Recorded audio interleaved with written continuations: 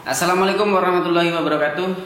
Welcome back to my channel. Masih bersama saya, masih di pembahasan yang sama soal hunian. Saya akan membahas tentang keretakan yang terjadi pada rumah sistem cor. Jadi rumah sistem cor itu banyak teman-teman yang mengaplikasikannya terjadi retakan. Nah, sebelum kita ke solusinya, saya akan jelaskan kenapa terjadi keretakan.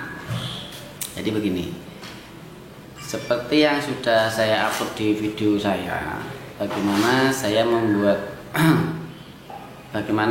membuat dinding atau rumah dengan sistem cor itu banyak dikomentari ribet ya, dan sebagainya. Jadi itu sebenarnya kalau menurut saya bukan ribet ya, tapi suatu kemudahan. Jadi sudah pernah juga saya jelaskan bahwa keretakan pada rumah sistem cor itu karena langkah yang dilakukan oleh si kita itu tidak pas. Jadi begini tidak pasnya. Retakan itu terjadi karena dinding yang kita buat itu ukurannya besar. Misalnya 120 kali 240, terus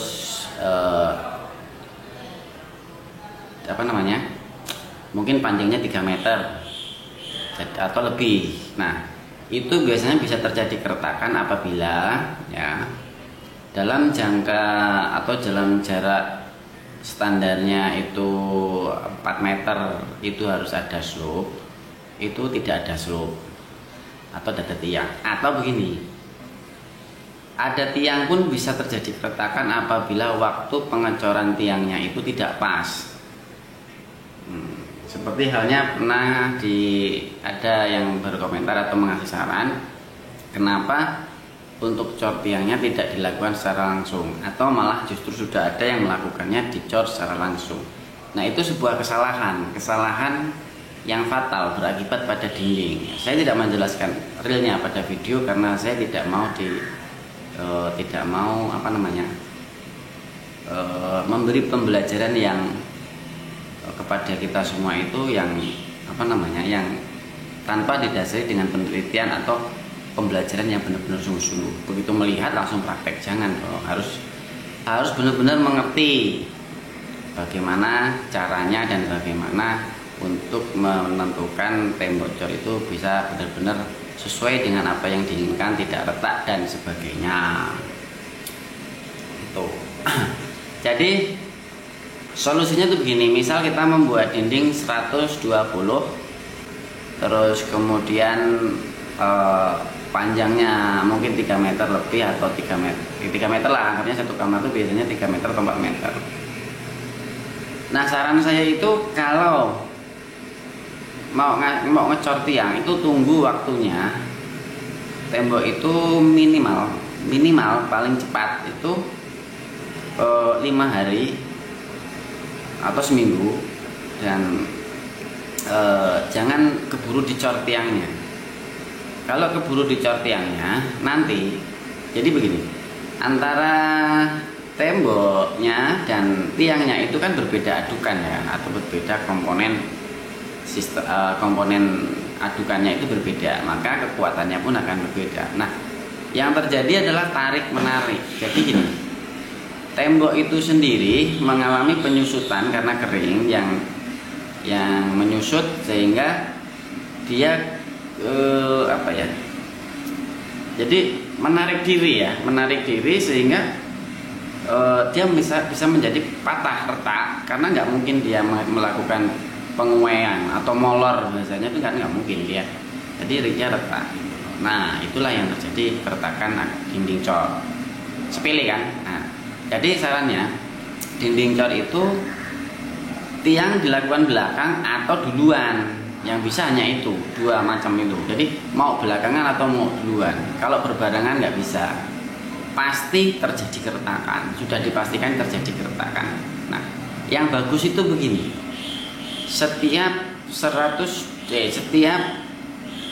meter atau setiap satu cetakan itu jangan langsung disambung. Jadi dia dikasih jarak, kemudian ya kalau orang masang bata itu ibaratnya natnya atau jarak antara bata dan bata satunya itu kan ada jeda untuk semen. Nah dia kasih jarak, walaupun jaraknya itu hanya 10 cm atau 5 cm. Terus nanti diisi adukan menyusul gitu loh. Dan dia itu adukan untuk persusulannya itu dia adukan walaupun sama komponennya, tapi dia lebih cair supaya dia bisa meresap ke kanan dan ke kiri, terjadi kepadatan dan sebagainya. Itu solusi mengatasi keretakan atau caranya seperti itu. Nah, cara lain itu adalah dengan adukan yang tidak basah atau tidak mencair seperti adukan beton. Kenapa demikian? Kalau adukan beton atau kalau adukan itu terlalu cair, yang terjadi itu kan begini. Misalnya Anda melakukan pengecoran dengan ketinggian 120 terus kemudian sampai isi full. Kalau dia adukannya cair, nanti ketika kering dia pasti susut 0, sekian senti atau setengah senti itu pasti susut. Itu pasti gitu loh. Kalau nggak susut nggak mungkin, pasti dia susut. Nah, dari jarak 1 hari aja sudah bisa terbaca susutnya seberapa. Kalau dia belum kering matang, ya artinya dia masih bisa melakukan penyusutan lagi. Jadi kandungan airnya itu keluar, ya akhirnya kandungan semen sama pasirnya itu merapat, mengisi rongga air yang tadi keluar itu tadi loh. Nah itu yang kurang pembahasannya itu kan agak mendetail kan, agak menjerumus ke dalam mempelajari konstruksi sesungguhnya. Jadi kan memang susah, pemahamannya itu nggak mudah diterima. Keterangan seperti ini nggak mudah diterima. Artinya banyak orang yang tidak bisa menerima keterangan seperti ini karena ya orang mungkin banyu ya sebagainya. Jadi sangat mudah bagi saya memberikan solusi agar tidak retak. Yaitu tadi, walaupun panjangnya 4 meter, tingginya 4 meter, ya Pak, Anda lakukan sekali cetak, tidak ada tiang, itu nggak akan roboh kok. Sudah bolak-balik, sudah sering saya lakukan tidak roboh. Nah kalau memang khawatir ya itu tiangnya duluan, baru temboknya, supaya dia tidak menarik. Karena tiangnya sudah mati, dia tidak menarik, ya toh, dia tidak terjadi pecah. Solusi termudahnya adalah dengan cara semen adukannya itu setengah kering atau kering. Jadi dia tidak akan terjadi mimpes. Kalau dia basah otomatis sudah pasti retak. Kalau kita melakukan 1-2 kali ya nggak akan ketemu solusinya. Kan ini bisa bicara seperti ini karena sudah berulang kali kita melakukan, dan pengalaman yang ada di komentar tentang retak segala macam itu ya semua sudah kita alami gitu loh. Cuman keretakan itu nggak akan berkembang. Dia hanya retak rambut, itu pun retak rambut terus gitu loh. Dia nggak akan berkembang. Itu hanya penyusutan kok. Kecuali retaknya itu semakin melebar. Kalau semakin melebar, yang perlu dipertanyakan adalah pondasinya kayak mana. Pondasinya bagaimana gitu loh. Jadi retakan itu perlu diketahui.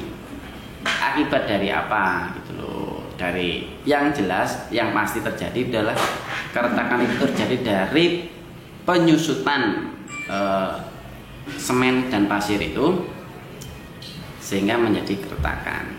Oke. Mudah-mudahan sudah bisa dimengerti ya solusinya. Kesimpulannya begini.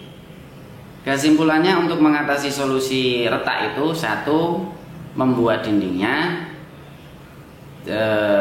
jangan langsung dicor tiangnya. Bisa tiangnya dulu atau tiangnya belakangan. 1. Yang kedua, yaitu adukannya jangan basah tapi setengah kering. Ya, Pak. Yang ketiga, lakukan pengisian itu di sore hari. Itu solusinya. Lakukan pengisiannya di sore hari, atau setiap satu cetakan dengan ukuran masing-masing, misalnya 120 kali 240 itu dikasih jeda dan nanti diisi dengan adukan yang cair. Oke, terima kasih. Jumpa lagi nanti di lain kesempatan. Wassalamualaikum warahmatullahi wabarakatuh.